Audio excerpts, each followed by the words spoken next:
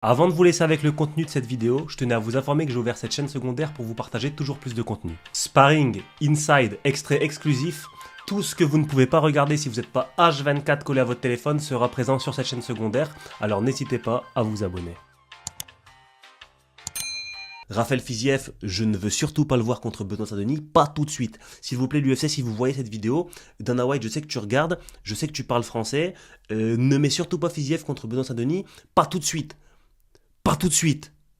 Pitié. Parce que là, on va assister. Ça peut être dramatique. Laisse-le revenir. Laisse-le revenir. Et laisse-le revenir contre qui? J'ai ma petite idée. Paddy Pimblett. Benoît Saint-Denis, Paddy Pimblett. Paddy Pimblett est juste derrière Benoît Saint-Denis au classement. Ça peut faire un combat exceptionnel parce que les deux sont très engagés.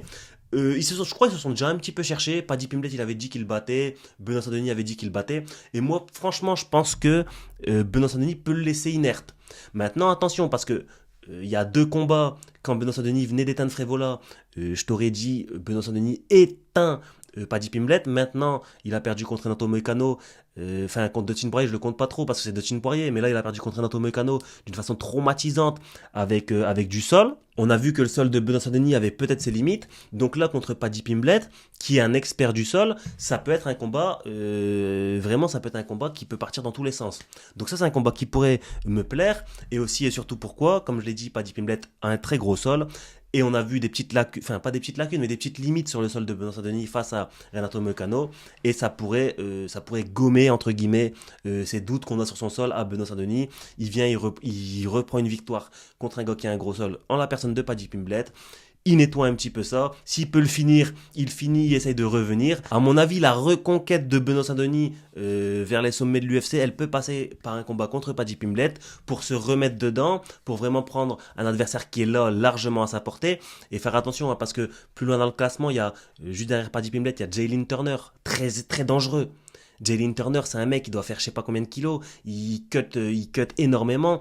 Très très grand, très longiligne. Ça peut être un combat bourbier pour Benoît Saint-Denis. Je veux pas le voir non plus. Fiziev, on oublie. Jalin Turner, on oublie.